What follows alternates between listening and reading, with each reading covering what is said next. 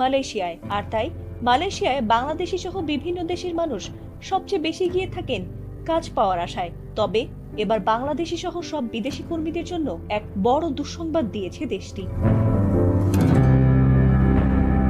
Malaysia সরকার এবার থেকে বিদেশি কর্মীদের ওপর পরিবারের মুখে হাসি ফোটাতে প্রবাস জীবন বেছে নেন বহু মানুষ। আর তাতে বাংলাদেশ থেকে অনেকেই সৌদি আরব, কাতার, কুয়েত সহ মধ্যপ্রাচ্যের বিভিন্ন দেশে যান ভাগ্যর পরিবর্তনের আশায়। তবে মধ্যপ্রাচ্যের এসব দেশ ছাড়াও দক্ষিণ পূর্ব এশিয়ায় সবচেয়ে বড় শ্রমবাজার রয়েছে। নির্ভরতা কমিয়ে তাদের স্থানীয় কর্মীদের কর্মসংস্থান বাড়ানোর লক্ষ্যে এক কঠোর নীতি ঘোষণা করেছে। আর তার ফলে এবার থেকে দেশটিতে প্রবাসী শ্রমিকদের টিকে থাকা কঠিন হবে বলে মনে করে দুশ্চিন্তায় পড়েছেন অনেকেই। নতুন সেই নিয়মে বিদেশি কর্মীদের কাজের অনুমতির জন্য বেতন সীমা এমনভাবে বাড়ানো হয়েছে যা অনেক কোম্পানির পক্ষেই দেয়া কঠিন হবে, যার ফলে নিয়োগকর্তারা বিদেশি কর্মীদের পরিবর্তে স্থানীয়দেরই নিয়োগ দিতে বাধ্য হবেন। আর সেটি আগামী জুন মাস থেকেই কার্যকর হচ্ছে বলে জানিয়েছে দেশটির সরকার।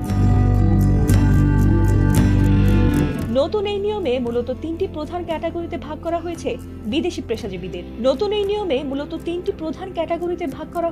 বিদেশি শ্রমিকদের। ক্যাটাগরি 1 এর ক্ষেত্রে এখন থেকে ন্যূনতম মাসিক বেতন হতে হবে 20,000 রিঙ্গিত, যা আগে ছিল 10,000 রিঙ্গিত। এই উচ্চ বেতনভোগী কর্মীরা সর্বোচ্চ 10 বছর দেশটিতে অবস্থানের অনুমতি পাবেন। ক্যাটাগরি 2 এর ক্ষেত্রে বেতন সীমা নির্ধারণ করা হয়েছে 10,000 থেকে 19,999 রিঙ্গিত পর্যন্ত। এই স্তরের কর্মীদের জন্য ভিসা সর্বোচ্চ মেয়াদ রাখা হয়েছে। তবে সবচেয়ে বেশি প্রভাব পড়বে ক্যাটাগরি 3 এর ওপর, কারণ যেখানে আগে 5,000 রিঙ্গিত বেতন হলেই চলতো, সেখানে এখন নতুন সীমা ধরা হয়েছে 5,000 থেকে 9,999 রিঙ্গিত পর্যন্ত।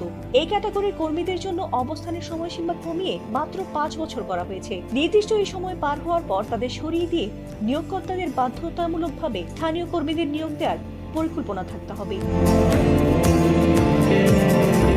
মালয়েশিয়ায় নিযুক্ত বাংলাদেশ হাইকমিশন ও অভিবাসন বিশেষজ্ঞদের মতে এই সিদ্ধান্তের ফলে সাধারণ শ্রমিকদের পাশাপাশি বাংলাদেশি পেশাজীবীরাও বড় ধরনের সংকটে পড়বেন। কারণ এমনিতেই 2024 সাল থেকে বাংলাদেশ থেকে নতুন কর্মী নিয়োগের ভিসা বন্ধ হয়েছে। তার উপর নতুন নীতি কার্যকর হলে যারা বর্তমানে সেখানে আছেন তাদেরও মেয়াদ শেষে আবারও দেশে ফিরতে হবে। আর বিপুল সংখ্যক কর্মী কাজ হারিয়ে দেশে ফিরলে বাংলাদেশের বৈদেশিক মুদ্রা রিজার্ভে বড় ধরনের নেতিবাচক প্রভাব পড়ার আশঙ্কা রয়েছে। এই পরিস্থিতিতে মালয়েশিয়ার শ্রমবাজার সংকুচিত হয়ে আসায় বাংলাদেশ সরকারকে এখনই বিকল্প শ্রমবাজার খোঁজার জন্য কৌশলগত পদক্ষেপ নেওয়ার পরামর্শ দিয়েছেন বিশেষজ্ঞরা।